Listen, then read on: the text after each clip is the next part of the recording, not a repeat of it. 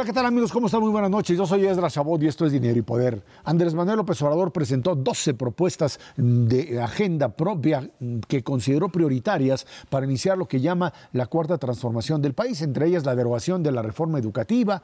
Entre estas están la ley reglamentaria sobre salarios mínimos, reforma a la ley orgánica de la administración pública para la creación de la Secretaría de Seguridad Pública, abolición de fueros y privilegios mediante la reforma al artículo 108 de la Constitución para agregar que puede ser el presidente de la República juzgado por delitos de corrupción, también revocar las leyes de la reforma educativa e incorporar al artículo 3 constitucional el derecho a la educación superior y que ésta sea gratuita. Ernesto Cervera Macaros, que tiene, ¿cómo está? Muy buenas noches. Buenas noches. Bueno, pues ahí está este tema de agenda, yo le diría más que de una agenda, de un proyecto de gobierno. Incluso la semana pasada decía el propio López Obrador que se trataba pues de lo que eran instrumentos indispensables para la cuarta transformación y que hasta ahí llegaría, o sea, tratando de plantear que no hay necesidad de meterle mayores reformas.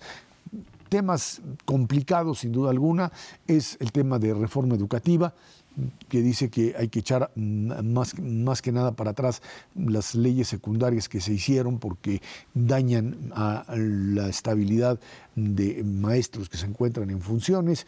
El tema, por supuesto, de la consulta popular, esto que también es bastante complicado, revocación de mandato cada 3 años y que esto pues sí cambiaría el propio funcionamiento del modelo presidencialista en algo que pues hoy sabemos le da o tiene la posibilidad de hacerlo bajo el principio de que posee una mayoría tanto en el Congreso para modificar leyes secundarias, pero también para una reforma constitucional. Sí, yo creo que esto es una muestra muy clara de que el emperador avanza. Esto de la agenda legislativa es algo que hacen los legisladores, no el presidente de la República, menos si todavía no es ni siquiera presidente electo, pero él es el que dicta exactamente qué es lo que van a hacer sus esclavos en las cámaras del Congreso de la Unión. Esto a mí me parece una muy mala señal, esto no es lo que habíamos visto en México en al menos 30 años. Esto es un regreso sin duda a aquella época en donde el presidente decía exactamente qué iban a hacer. Luego hay que ver lo que exactamente están proponiendo. Creo que algunas cosas pueden estar bien, otras no tanto, como siempre, pero en general me preocupa esta secuencia de ocurrencias. Por ejemplo, entre las propuestas, una que no mencionaste tiene que ver con mover al Estado Mayor Presidencial de regreso a la Secretaría de la Defensa, que puede ser una buena idea siempre y cuando tengamos un cuerpo de servicio secreto o un equivalente que guarde la seguridad del presidente, porque es un asunto institucional de primera importancia, no hay nada al respecto. La idea esta de que van a juzgar por corrupción y demás, pues es para el público, hay para las masas que digan que bien está cambiando el tema, pero a mí sí me preocupa que estas ocurrencias puedan pensarse como algo que realmente está cambiando el funcionamiento de la política, cuando en realidad el proceso de transformación se muestra en la forma como se anuncian y no en el fondo de estas propuestas. A mí dentro de las dos, digamos, contrarreformas, la educativa y desde luego una que también está ahí sobre la mesa, que es la del agua y de la participación del sector privado en agua, me preocupan dos cosas fundamentalmente. Más allá de la retórica de tratar de echar atrás la reforma educativa meramente con argumentos de que es una reforma administrativa o laboral, no se está poniendo sobre la mesa una discusión seria sobre los contenidos que aparentemente pasaron por un proceso muy amplio de consulta con muchísimos expertos y que realmente por primera vez en muchísimo tiempo ponen una currícula educativa, al menos para secundaria y para primaria en el país, pues si no la mejor del mundo, sí en lo que están marcando los grandes países que tienen sistemas educativos realmente de mucha avanzada, desde Noruega, los países nórdicos en general, Corea del Sur. vamos, países que han avanzado notablemente con una currícula muy específica. Si nos quedamos nada más en la parte administrativa, creo que se va a lograr muy poco en este país.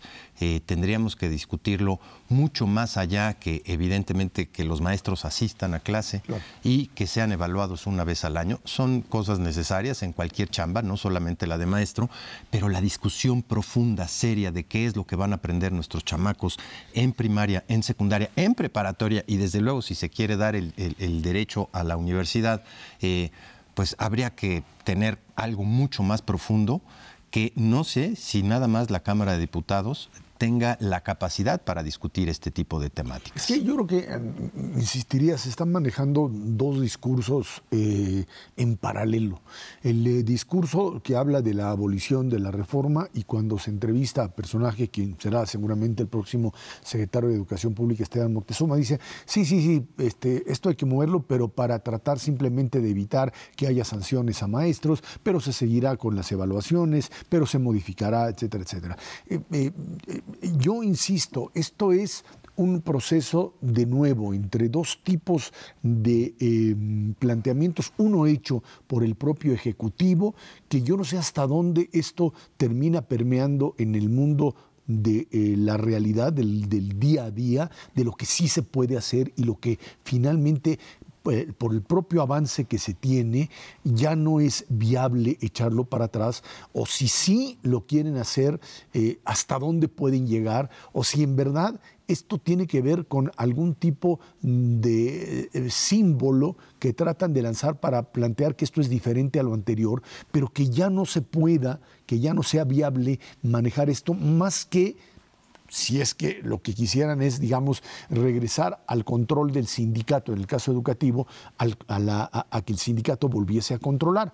En un modelo de un presidente todopoderoso como hoy lo volvería a ser, yo dudo que realmente le quiera entregar al sindicato otra vez el control de toda el modelo, la educación como la tenía anteriormente, pero sí, obviamente, tener en sus manos la propia educación nacional, a dónde la quiere llevar.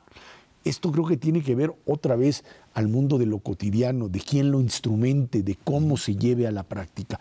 Por eso es que, por ejemplo, otra de las partes que son preocupantes, esta idea de descentralizar la administración pública, que es algo que materialmente es imposible, o sea, desarmar secretarías de Estado y moverlas, además de los costos, y no hay presupuestos, es prácticamente obligar a las familias pues a decidir, o a los funcionarios, a los burócratas, a decidir entre te vas a vivir a otro lado o renuncias, y esto es bastante más complicado de lo que se está planteando. Insisto, hay temas que están ligados otra vez al discurso político de la campaña frente a una realidad que terminará imponiéndose, a menos que de verdad se quiera prácticamente romper con un elemento de continuidad que ha sido positivo a lo largo del tiempo, ¿no? Pues sí, esta idea de descentralización pues no me parece muy correcta. Creo que puede irse pensando en el mediano plazo, pero para lograrlo primero hay que achicar muchas secretarías que son excesivamente grandes. No puede uno mover 30,000 familias, por ejemplo, de Cedesol a Oaxaca y de la CEP a Puebla, en particular cuando hay personas que trabajan en Cedesol y su esposa o su esposo trabajan en educación. Pues ¿a dónde se va a ir la familia? ¿Qué haces con los hijos? ¿Cómo vas a darle los servicios que requiere una Secretaría de Estado en algunas de estas ciudades de provincia que no han tenido todavía un desarrollo suficiente para sostener eso? En particular en Oaxaca, consíguete la cantidad de consultorías que se necesitan para que funcione la Secretaría. Pues no están, entonces vas a tener que tener aviones que sí funcionen. Entonces vamos a acabar haciendo una descentralización que va a ser negocio para Aeroméxico o para Interjet en lugar de que funcione para el país. Pero antes de seguir con esto, un asunto de la gratuidad de la educación. A mí sí me preocupa mucho lo lo que dijeron. Ahora lo que tenemos es que la educación básica es obligatoria y gratuita, obligatoria para la persona también y gratuita por eso, para que puedan ir. ¿Cómo le haces para hacer gratuita la media superior y la superior? Yo no creo que sea una idea brillante. En los países en donde tienes un esquema parecido, lo que tienes es un filtro muy poderoso en el camino para que realmente llegue a educación superior alguien que pueda aprovechar esa educación y se convierta en una fuente de ganancia social. Entonces hay dos esquemas: o cobras la educación y que entre quien quiera, o la haces gratuita y entonces filtras muy bien quién puede entrar. Lo que están proponiendo ellos es que sea gratuita la educación, pero además todo mundo pueda tener acceso a ella. Eso es inviable, ¿no? Financieramente, pero además académicamente no puede existir. Entonces no sé exactamente qué quieren hacer, pero sí me da terror. Sí. Es muy complicado. Y volviendo un poco al tema de la descentralización, no hay ciudad en México que pueda soportar un cambio de esta naturaleza. La ciudad que más casas fabrica anualmente, hoy por hoy y durante los últimos 5 años, es Monterrey. Un promedio de 30,000 casas al año en condiciones normales. Si tú le quieres, por ejemplo, meter a Monterrey la descentralización de cualquier secretaría, a esas 30,000 le tendrías que aumentar otras 30,000. Simplemente no da. Ahora, si te vas a ciudades como Chilpancingo o cualquier otra, van a llevarla de turismo. Simplemente no tienen la capacidad ni siquiera para construir. Olvídate las viviendas, los servicios, la educación, la salud. Sí implica un proceso realmente muy complicado de diseño urbano, número uno. No hay ciudades en México perfectamente bien planeadas. Las que más se acercan a ello probablemente sean Aguascalientes y Mérida. Aguascalientes ya pasó por un proceso muy severo. Acuérdense aquellas épocas en donde se fue el INEGI hacia Aguascalientes y al mismo tiempo llegó la Nissan y se armó un merequetengue tremendo en la ciudad. Les costó más de 15 años digerir esa posibilidad de tener círculos concéntricos y irse ampliando a través del tiempo. Ojalá podamos tener procesos de esa naturaleza en todas las ciudades del país, pero la verdad es que hoy por hoy no los tenemos para soportar un proceso de esta naturaleza. Y referente a la parte de educación, sí, es bastante complicado. Si uno ve la pirámide laboral referente a cuál es la educación en prácticamente todos los países avanzados o desarrollados del mundo, México está muy sobrepasado, por ejemplo, en profesionistas. En México tenemos un total de 16 millones de profesionistas con una fuerza laboral que alcanza 58 millones de gentes. Ese porcentaje no lo tienen países europeos, son demasiados. ¿Qué acaba pasando? La mayor parte de esos profesionistas no trabajan de acuerdo con lo que estudiaron. Tienen que hacer otra cosa en los mercados laborales porque simplemente la calidad, que es precisamente a lo que se refiere Macario, pues no les da para ocupar ese tipo de categorías ocupacionales en el mercado empresarial mexicano. Yo te diría, sí hay un problema muy serio en donde, nuevamente, ¿qué es lo que tendríamos que estar discutiendo más allá de las cuestiones administrativas? Es cómo empatamos los mercados laborales con la oferta educativa y de qué manera podemos generar muy probablemente muchísimos más técnicos, porque eso sí nos faltan, a rabiar, y qué tipo de filtros se utilizan precisamente para premiar la labor académica sin menoscabo de la capacidad de recursos, porque yo creo que hoy por hoy aquel estudiante que efectivamente quiera terminar una carrera profesional lo puede hacer y prácticamente de manera gratuita hoy. Bueno, aquí hay una cosa importante. Las universidades públicas, estatales, no son gratuitas. ¿No? La única que es realmente gratuita en los hechos es la UNAM. La UNAM no tiene capacidad de recibir más personas, ya lo dijo el rector. Las otras universidades se han ido construyendo adicional al sistema de autónomas, que tiene el gravísimo problema de que tienen muchos años y traen maestros ya muy viejos que no se pueden jubilar por un problema de pensiones. El gobierno inventó hace ya 15 años un sistema de universidades politécnicas que es bastante exitoso. Sí. Mucha gente no lo conoce, pero esto es realmente importante. Lo van a destruir este sistema con estas nuevas ideas. No entiendo qué vamos a ganar con ello. No van a ganar nada los jóvenes. No. Muchos creen que si van a la universidad esto automáticamente se refleja en más oportunidades laborales con más salario. Eso no es cierto. Lo fue hace muchísimos años en la generación de nuestros padres. era importante una licenciatura. En la nuestra eso ya no garantizaba nada, hoy en día mucho menos. Entonces se necesitan soluciones a los problemas, no inventar una solución y ver si eso resuelve algo, no. Lo que necesitamos es cómo puedes meter a los mexicanos en una actividad económica en donde sean exitosos. De los 58 millones que decía ahorita Ernesto que hay en la población económicamente activa, 22, 23 están en la economía formal, los demás son informales. Así es. Su productividad es extraordinariamente baja. ¿Y muchos de esos informales? No, sí, son profesionistas. Son profesionistas, pero correcto. lo único que pueden hacer es vender tamales, mano. Pues así no se va a poder. Esto no se va a resolver con educación gratuita. Se resuelve con una estrategia de desarrollo nacional que tampoco tiene que ver con andar aumentando salarios por decreto. Pero pues ahora explícale. No, en todo caso lo que tendrías que hacer es otra vez esta vinculación de nuevas tecnologías, estudiantes que se conviertan rápidamente también, muchos de ellos en técnicos que puedan finalmente ser productivos y otros que tienen capacidad finalmente sí de ser universitarios como tales. Esa sería, digamos, la gran estrategia educativa, que es lo que se trata de manejar. Vámonos a una pausa y de regreso, partidos políticos en el país en crisis. Esto es Dinero y Poder.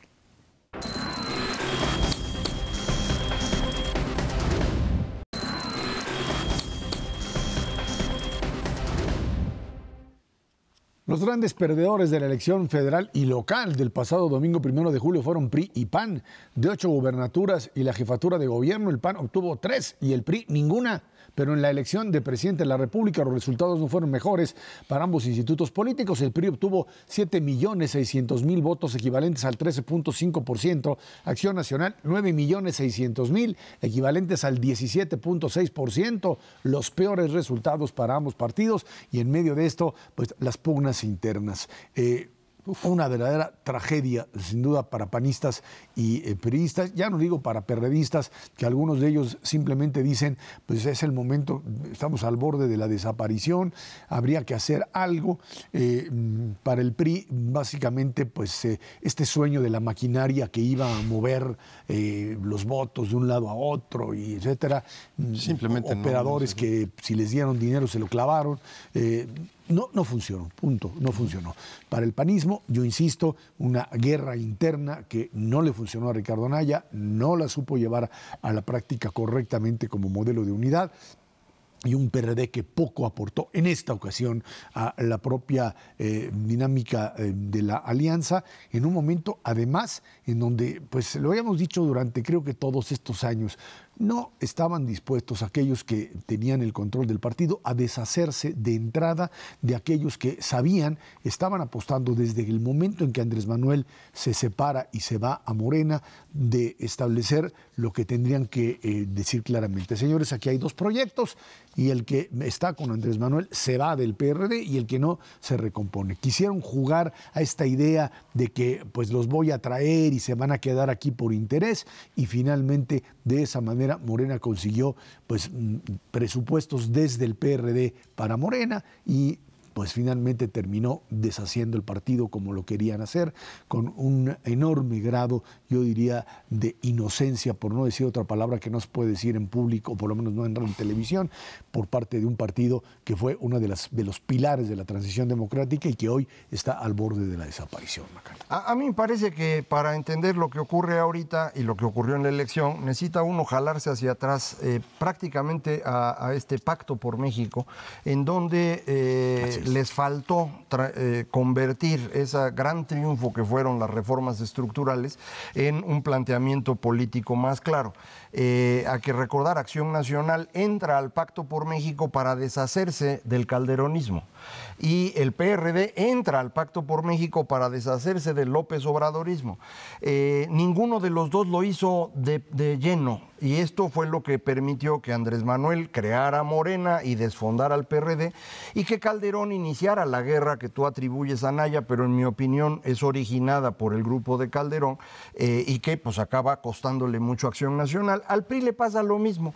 El PRI debió haber hecho en estas reformas del Pacto por por México un reconocimiento explícito de que el siglo XX fue un fracaso para México y romper de tajo con el nacionalismo revolucionario y convertirse en el partido de la modernización. Eso le hubiera sido mucho más útil que seguir jugando con las dos cosas y acabar como la fuente de alimentación de Morena, porque Morena en realidad gana con un cacho de perredistas y muchísimo priista. Con el elemento corrupción metido en medio. Sí, claro. Ese es el hilo pero el problema no, el problema político no es ese. El problema político es la indefinición de cuáles eran los objetivos de los partidos. La corrupción es un problema indudable, pero no es lo que destruye a los partidos. Pero Macario, a ver, hasta 2015, en la elección de 2015, ese mismo PRI que tenía combinado lo que tú planteas, gana la elección de medio término, cosa que no se había visto, y bajo ese principio, pues les estaba funcionando y siguieron jugando a esa apuesta, porque si en 2012 les funcionó y 2015 les funcionó, ¿por qué no?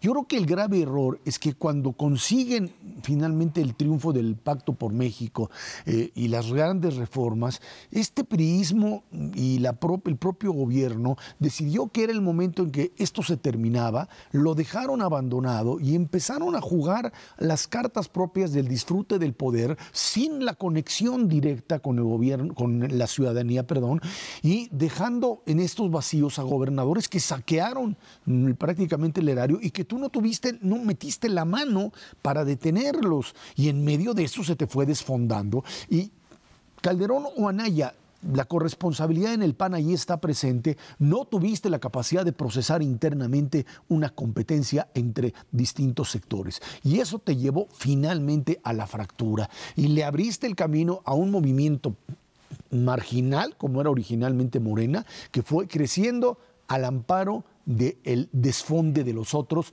más que de la propuesta. Propuestas, como lo habíamos dicho en ocasiones anteriores, muy específicas, muy concretas, sin ir a fondo, que terminaron arrasando al sistema político mexicano. Mira, si tuvieran que tener nombres de películas o de libros, en el caso del PRI sería Crónica de una muerte anunciada, y yo creo que efectivamente el hilo conductor es la corrupción en todos los niveles, y es pues básicamente lo que inclinó pues la balanza en la elección presidencial, no cabe la menor duda, para que fuera verdaderamente avasallador el triunfo de López Obrador. Uno lo puede ver clarísimamente en las propias votaciones del PRD y de Movimiento Ciudadano, cómo alcanzan más del 5% cada uno de ellos en las elecciones de diputados o de senadores, y menos del 1,5% en las presidenciales. Sin duda alguna, pues ahí es clarísimo cómo jala la votación de diferentes sectores, especialmente del PRI, 13% de la votación global. Bueno, ni en los sueños más guajiros de las últimas décadas podrían haberse imaginado una debacle de esta naturaleza. Sí van a pasar por un proceso, si se mantienen y quien se quede con el poder en el PRI, violento, de a ver quién se arrebata el nombre cuando menos, pero vamos, el movimiento de priistas hacia Morena ya se dio. Ese ya está ahí desde hace un buen rato, y veremos qué tal se conforma el nuevo gobierno en diferentes plazas y puestos, porque no creo que haya hoy por hoy dentro de Morena todo el capital humano necesario y suficiente para gobernar un país de este tamaño, si no es con el apoyo de muchos cuadros de otros partidos. En el caso del PAN, pues es historia de traiciones, evidentemente también hay tanto internas en lucha por el partido político, como pues, el haberse casado con Movimiento Ciudadano y con el PRD en algo que evidentemente no les funcionó, y que resultaron pues todavía con la tranquilidad, en el caso del PRD y de Movimiento Ciudadano, de haber alcanzado el registro o estar ahí en la rayita, pero simplemente para los propósitos de una candidatura exitosa y viable, no lo fue.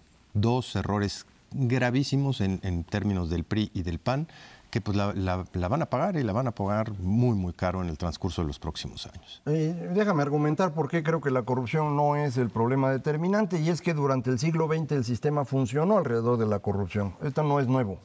¿Qué es la novedad? Que la corrupción se convierte en el discurso de la oposición, que no se construye una narrativa de éxito desde quienes construyeron el Pacto por México, y es esa disputa de la narración la que es clave. ¿Por qué gana López Obrador? Porque una cantidad brutal de mexicanos se convence de que nunca habíamos estado peor. a pesar de que toda la evidencia indica lo contrario. No importa, se construyó un discurso alrededor de eso. Entonces sí, el discurso es el problema. Ese discurso pudo usar el tema de corrupción, efectivamente, y se fue fortaleciendo cuando te encuentras gobernadores como Borge, como los dos Duartes. Pero el problema de fondo, en mi opinión, es narrativo. Y esto es lo que para mí es clave del futuro próximo. El PRI y el PRD no pueden construir una narrativa distinta de Morena. En consecuencia, están al borde de la desaparición. ¿Cuánto tarden y cómo sea? Pues yo no lo sé. Pero lo que sí es un hecho es que no tienen ningún futuro. El PRD no puede ofrecer nada distinto a Morena. El PRI no lo puede hacer. No van a tener éxito. No importa qué hagan. Yo digo, tiene unos conocidos por ahí, pero pues que Dios los acompañe más. Acción Nacional sí puede construir una narrativa distinta. Para ello, Ciudadano también. Y Movimiento Ciudadano, para ello necesita resolver su disputa interna, en donde yo creo que podemos coincidir que tanto calderonistas como anayistas tienen que ser retirados de momento para configurar al PAN. De los gobernadores, ¿no? Ahí el problema de los gobernadores es que 7 de ellos salieron días antes de la elección a decir, nosotros traicionamos a Naya. Bueno, pues así no puedes hacer un partido. Entonces te quedan bien poquitos, a ver si entre ellos logran hacer algo, pero pues ese es el partido que puede proponer una idea distinta a Morena por el lado, digamos, derecho, y no del lado izquierdo, porque realmente Morena no va a tener esta ubicación. Quien puede proponer algo diferente en términos económicos y de lo que llaman socialdemocracia podría ser Movimiento Ciudadano, pero pues es relativamente pequeño. Fuera de eso, no hay oposición, no hay oposición. Sin duda alguna, nada más que esa narrativa es una narrativa que no fue construida solamente desde Morena, sino también desde el Frente y el PAN. Así es como ganan la elección. A ver, ¿cómo gana el Frente Veracruz, Quintana Roo y Chihuahua? La ganan con la narrativa de la corrupción. El problema es que frente a la disputa interna en Acción Nacional y la guerra PRI-PAN, el que se adueña del discurso, de la narrativa, corrupción y que todo está mal, etcétera, es Morena y no el Frente. Y creo que esa es la problemática clara de una apuesta que parecía que podía prender y que finalmente no tuvieron la capacidad de enfrentarla. Y creo que ahí es donde pues vimos, ¿no? Al principio de la elección iban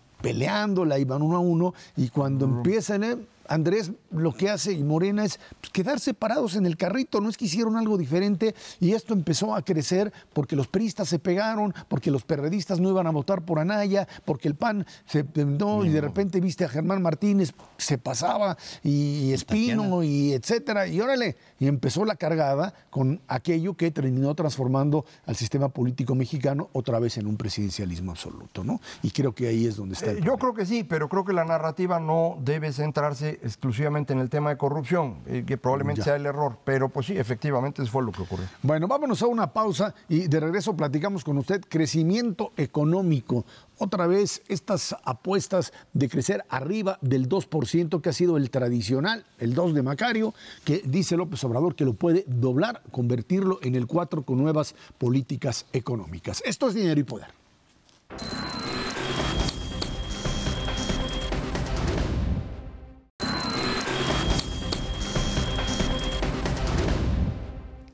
El futuro presidente de México, Andrés Manuel López Obrador, se comprometió ante los industriales del país a alcanzar durante su gobierno un crecimiento del 4% anual del PIB. Sobre los gasolinazos, o sea, el aumento del precio de la gasolina, dijo que los combustibles comenzarán a bajar una vez que se terminen de construir las refinerías que él propone, que se realicen y de reconstruir las que ya existen. En este sentido, dijo que en los próximos 3 años se mantendrán los precios actuales y solo se van a incrementar conforme a la inflación. ¿Cómo le van a hacer? A ver. Pues está complicado. La verdad es que prometer un crecimiento del 4%, pues no se da de la noche a la mañana. Sin duda alguna, México tiene un problema estructural serio de baja inversión.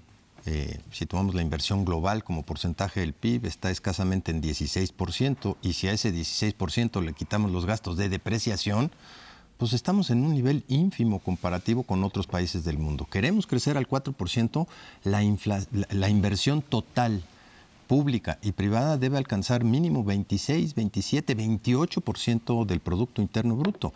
La pregunta de fondo es, ¿están dadas las condiciones para que se invierta esa cantidad de dinero? Porque el otro problema serio de este país es la productividad. con los factores que tenemos actualmente de inversión y de trabajo, pues simplemente tenemos una productividad que no te da para crecer más allá del 2,5% en promedio por año de manera estable. A ver, tienes estados, Luis Macario, de Cuautitlán para arriba, que crecen ¿al qué? ¿Al 4? Al 4, porque ahí se invierte un chorro. Ahí están, ok. Y lo que les dijo Andrés Manuel a los empresarios, lo platicábamos con Juan Pablo Castañón hace un par de semanas, y nos decía aquí, bueno, pues el problema es que hay que meterle dinero, inversión, etcétera, a los estados del sur. Y ya con que pues esto se desarrolle, con eso podemos crecer. El problema es si se puede generar crecimiento positivo en toda esa zona que tradicionalmente está atorada. ¿Cómo le haces y quién invierte? A ver, eso es una discusión muy compleja en la que no vamos a podernos poner de acuerdo con el grupo del López Obrador, porque ellos creen que efectivamente el sur va a avanzar en el momento que tú pongas carreteras, porque eso es lo que les ha impedido desarrollarse. Eso no es cierto. Carreteras y gasoductos. Sí, pero eso no es cierto. Es decir, en Chiapas, el señor Fox, cuando fue presidente, les puso una carretera nueva muy buena para comunicarse con el país, les puso un puerto de primer nivel y un aeropuerto nuevo. ¿Cuánto creció Chiapas después? Lo mismo que antes, no crecen. El problema del sur de México es que está en el siglo XVII, es decir, las estructuras sociales y políticas del sur de México son las mismas desde hace muchísimo tiempo, corporativismo, control político, ¿quién controla el funcionamiento de Oaxaca? La gente. ¿Quién controla lo que ocurre en Guerrero? Los narcotraficantes. ¿Quién controla lo que ocurre en Chiapas? Los distintos grupos de indígenas, algunos caciques, otros dicen que son independientes, es lo mismo. Así no vas a crecer jamás. Tú vas y pones una planta y te la van a invadir. Han estado destruyendo inversiones desde hace años. Eso no va a resolver las cosas. El problema de México requiere efectivamente lo que dice Ernesto. Necesitamos que haya condiciones para incrementar la productividad. Y un caso importantísimo es la educación.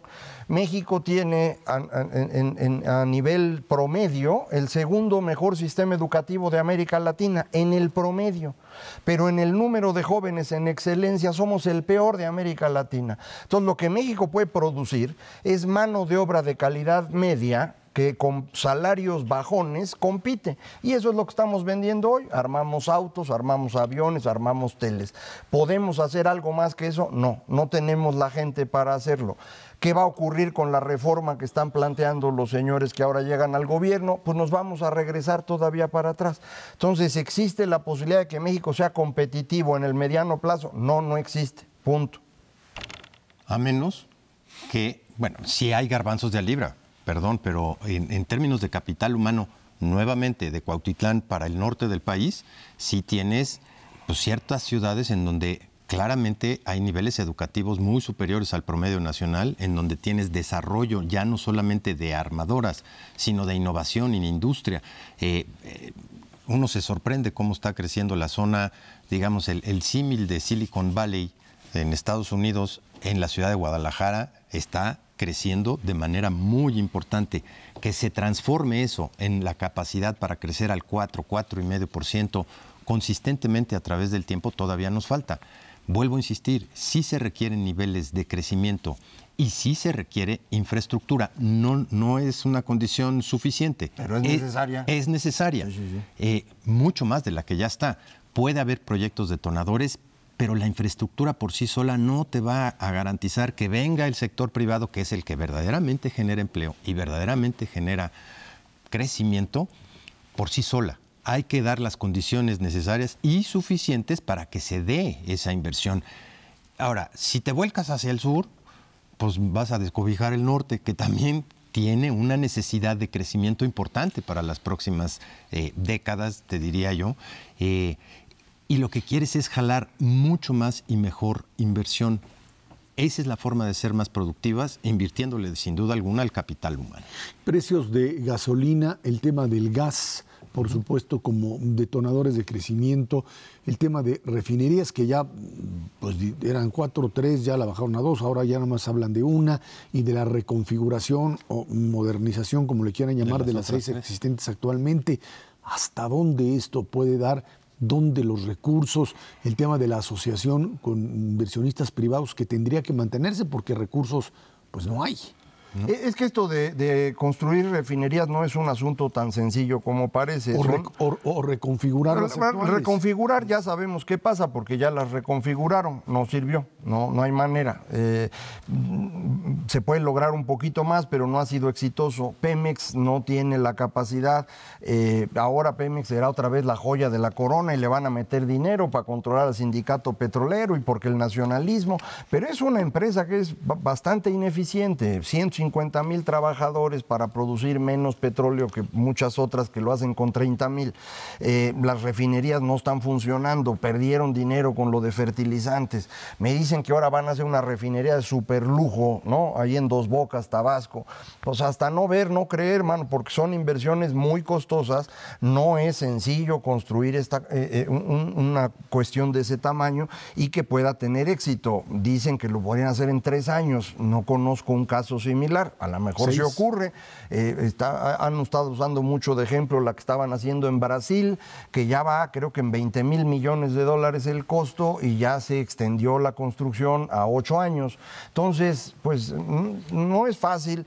Yo creo que muchos de los que están llegando con el señor López Obrador al gobierno, su única experiencia en materia de gobierno ha sido criticar al gobierno. No les ha tocado trabajar ahí, a lo mejor han tenido un puestito de subdirector o de jefe de departamento y creen que ser secretario lo puede hacer cualquiera. No, Carlos Ursúa ya fue secretario de Finanzas. Sí, no, pero me refiero en general. No, estoy pensando en la señora Nale, por ejemplo, ¿no? Que es la responsable de energía.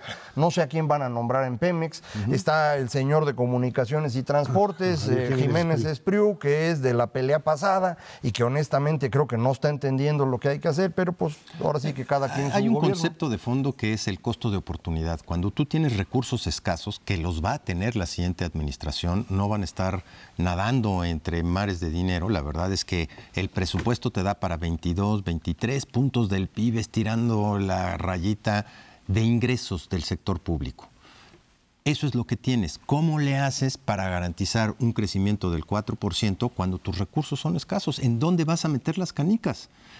Es muy costoso hacer una refinería, no tengo la menor duda. Si me preguntaran a mí, esa lana mejor la invierto en donde realmente puedo sacarle muchísimo provecho, como es explorar y explotar el petróleo. Ahí tengo un margenzote de $16 por barril a $70 por barril, y en la refinación, independientemente de que ya no la importe, el margen es muy chiquito, son $5 o $6. Aquí tienes $50 de margen en explorar y explotar, que son recursos que sí puedes utilizar para educación, para salud, para combate a la pobreza, para mejorar la distribución, para lo que quieras. Y aumentar producción de gas, que ese es el otro, fundamental. ¿sí? el otro y no te cuesta tan caro. Exactamente. Pero ninguna de las dos cosas las tiene que hacer el gobierno. Para eso fue la reforma energética, para que vinieran empresas de otros lados, hagan eso y el gobierno les cobre. Y ganas más de lo que te pagaba Pemex. Solo dijimos aquí desde que empezó el programa hace 10 años, decíamos, el Pemex le paga al gobierno federal menos de lo que pagan las empresas privadas en otros países. Ahora ya lo sabemos. Entonces, ¿para qué estar gastando el dinero en Pemex? Que venga alguien, saque el petróleo, te pague a ti tu lana, mandas ese petróleo a refinar a Estados Unidos, donde rentan las refinerías baratas, no te cuesta nada. ¿Por qué quieren hacerlo todo aquí? Yo no entiendo, no ganan nada, es riesgosísimo.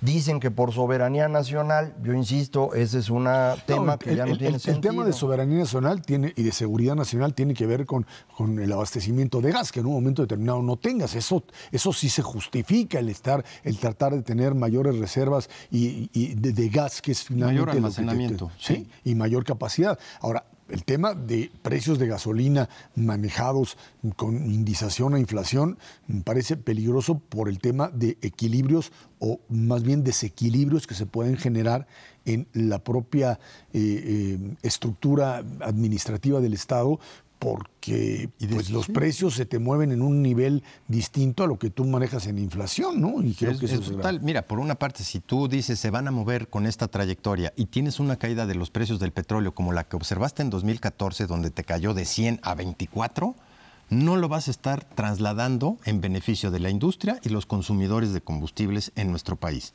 Y al revés, si te vas de 24 a 70, pues le vas a tener que meter lana del gobierno para evitar que los precios se muevan. En cualquiera de los dos casos es darte un tiro en el pie en términos de manejo de recursos. Sí, Lo ideal es precisamente que tengas un patrón estable en los precios, pero que no te aísles de lo que está sucediendo a nivel internacional, porque nuevamente el costo de esos recursos es enorme.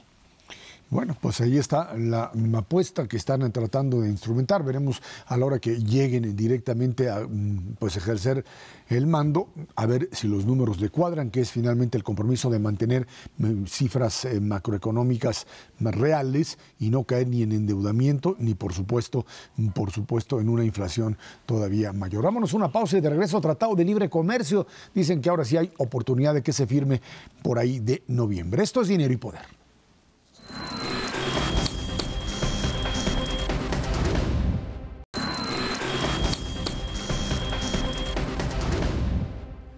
El gobierno de México está platicando con sus pares de Estados Unidos y Canadá para reanudar la renegociación del Tratado de Libre Comercio de América del Norte a finales de este mes, dijo el secretario de Economía Ildefonso Guajardo. Destacó que para esos días probablemente ya habrán comenzado el proceso de transición al nuevo gobierno de Andrés Manuel López Obrador, por lo que es posible que ellos acompañen las reuniones. Por su parte, el equipo económico de López Obrador dijo que el tratado podría quedar firmado antes del 1 de diciembre. Bueno, ahí está. Después de la reunión de la semana pasada, en donde pues ahí se intercambiaron posiciones, el Tratado de Libre Comercio empieza a verse más como una opción pues real. Incluso alguien dijo por ahí del equipo de López Obrador, aunque sea ligerito, hombre, el tratado, pero pues hay que firmarlo frente a posiciones del gobierno de Peña Nieto, más bien, que decían, no, vamos a entrar con un tratado bien o no le entramos. Yo creo que en todo caso, tanto la presión dentro de Estados Unidos de los distintos grupos que se verían afectados, como pues esta idea por parte de Trump de no terminar rompiendo con todos, ¿no? Esta enfrentamiento con China que lo lleva después a decir, bueno, y nos sentamos y negociamos. Ir allá como lo hizo hace unas semanas y decirles de groserías a los europeos, y decirles que son los alemanes presos de los rusos, y luego decir que bueno, ya ven, ya la gané. Así se negocia, pegándole al socio, PCB. Y nada más que con quien uno no se mete es con el que pues le puede uno disparar fuerte, como serían los rusos, que sí tienen fichas escondidas para el señor Trump. Yo creo que en ese sentido el tema del Tratado de Libre Comercio va caminando. La paridad de la moneda mexicana ha estado ahí también recuperando espacios. Veremos hasta dónde llega, pero en algo que por lo pronto los mercados tratarían de ver de manera positiva para establecer una nueva realidad en donde, pues, ahora sí que llevar la fiesta en paz en medio de un ambiente proteccionista, que va a seguir estando ahí presente, sería también una prioridad para el nuevo gobierno mexicano, ¿no, Ernesto? A ver, yo creo que todos los temas ya se discutieron y ya están de acuerdo, ya se quitaron todos los corchetes. O sea, salvo las cosas así extremas que quería Trump, ¿no? Sí, bueno, pero ese ya su propio equipo negociador dice que, bueno, pues eso es lo que quiere, pero, o sea, en el fondo las cosas extremas no tienen que ver con el intercambio comercial o con la idea de mantener aranceles cero o generar una zona pues verdaderamente competitiva frente a China, la única en el mundo que podría competirles. Tiene que ver con estas posiciones extremas de Trump de va el tratado, pero va mi muro. Va el tratado, pero me frenas la migración. Son cosas que ya no tienen que ver con el tratado mismo. Sí hay cosas que pueden sonar muy locas al interior, que tengan que ver con contenido específico. Es el caso del sector automotriz. Yo creo que ya hasta en eso están de acuerdo la industria mexicana con la industria estadounidense y hasta dónde se puede estirar la liga. Más allá de eso, simplemente no se puede, porque es hacer poco competitivo al sector automotriz de América del Norte. ¿Qué va a pasar de aquí a noviembre, que son sus elecciones y que es otra variable que juega ahí? Yo no sé cómo le vaya a ir, pero creo que no le va a ir nada bien al señor Trump, o peor de lo que tiene esperado. Habrá que ver, porque luego el electorado norteamericano hace cada burrada. Que, no, bueno, sí, el de allá. El de allá, sí, sí, sin duda. Pero, pues vamos, Yo creo que hasta que no tenga una definición específica Donald Trump de cómo le fue en las elecciones, no veremos una negociación al respecto. A ver, a lo mejor no entendí bien. Teníamos una serie de temas, el de contenido de origen, en particular del acero, la ventana para cuestiones de frutas, verduras y legumbres, quitar el capítulo de arbitraje. Esas eran las que ni México ni Canadá aceptaban y era donde estaban necios Estados Unidos. Si estas cosas, como tú dices ahorita, ya están claras y las pueden quitar, entonces efectivamente podemos sacar el tratado, ya no hay ninguna dificultad de negociar. No sé si es así o no, vamos a suponer que tiene razón Ernesto, y ojalá así sea, pues está resuelto, y sería cuestión de en agosto, septiembre. Creo que esto depende, como también dijo bien Ernesto, de la elección de noviembre de Trump. Para él eso es lo más importante. Si ve que ganar esa elección lo puede lograr votando el tratado, lo vota. Si ve que esa le sale mejor jalando el tratado, pues lo jala. Entonces depende de eso. No sé exactamente qué vaya a ocurrir. Y de qué humor se levante también, porque bueno. Pero su lógica es esa, es ganar. Él se levanta todos los días con una idea muy clara, que es demostrar que él es el mejor ser humano que ha existido, y parte de ese proceso es reelegirse y por lo tanto ganar noviembre. Vamos a ver cómo va. Si va por ahí no tenemos problema. Ojalá salga antes de diciembre, porque esto significaría que el equipo negociador que México tiene, con 20 años de experiencia, probablemente el mejor equipo negociador del mundo, va a seguir ahí.